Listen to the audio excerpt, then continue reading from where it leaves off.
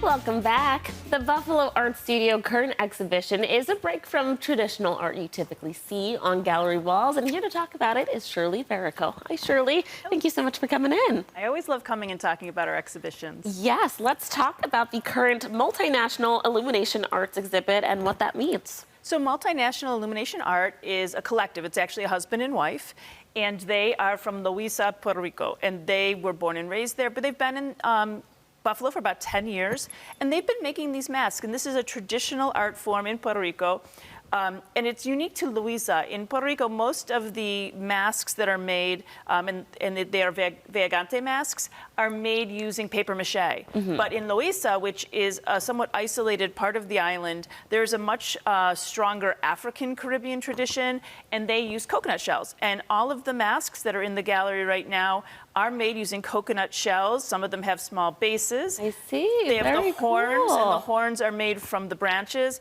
Some are painted, and some are left in the raw, like you can see there. So but they're very much a part of this traditional art form unique to Loíza, Puerto Rico. Okay. What have the artists told you about, that particular part of Puerto Rico? So it's geographically somewhat isolated. It's on the shore, but it also is surrounded by mountains. So there hasn't been the same level of European or Western influences.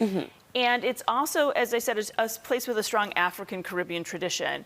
And that it permeates both the artwork, which we're seeing here with the masks, but also the music. And this exhibition, and Saturday, which is what we're here to talk about, we're going to have a mask making demonstration and also a performance of bomba.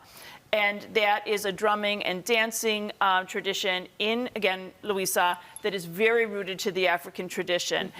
There was both slaves that were brought to Puerto Rico through the slave trade and also some escaped slaves that were there. So it's much more African influenced than it is Latin America or Spanish influenced. It's great getting this, Latino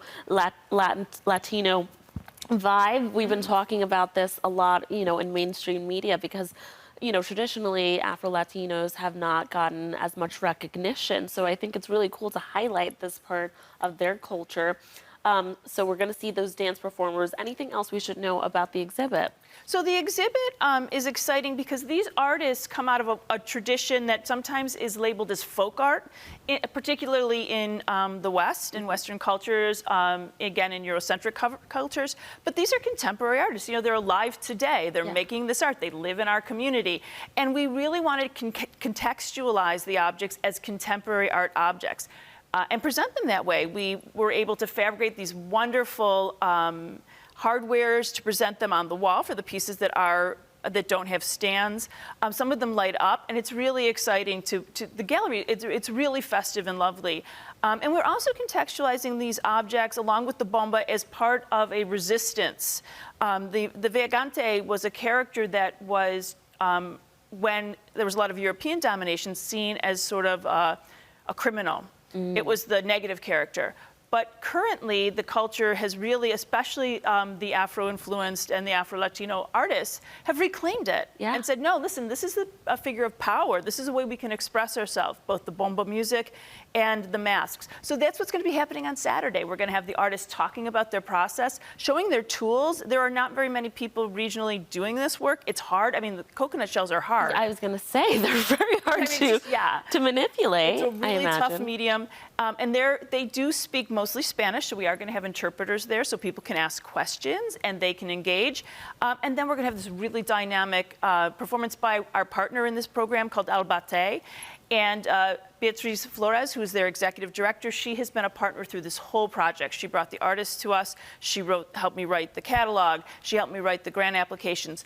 And to see these young children and teens dancing and drumming with such passion and such connection to their cultural roots, it's truly inspiring. So I really encourage people to come down on Saturday to come and look at the mask, but then to really engage in that bomba performance. Yes, and the mask making, to be able to see it happening, and that has to be so exciting. I think it will be, and I think, again, artists are going to learn. They love to learn from each other. I hope a lot of artists come to this demonstration and just see another approach. Now, why is it so important for the art studio to showcase such a unique medium and highlighting such a specific culture?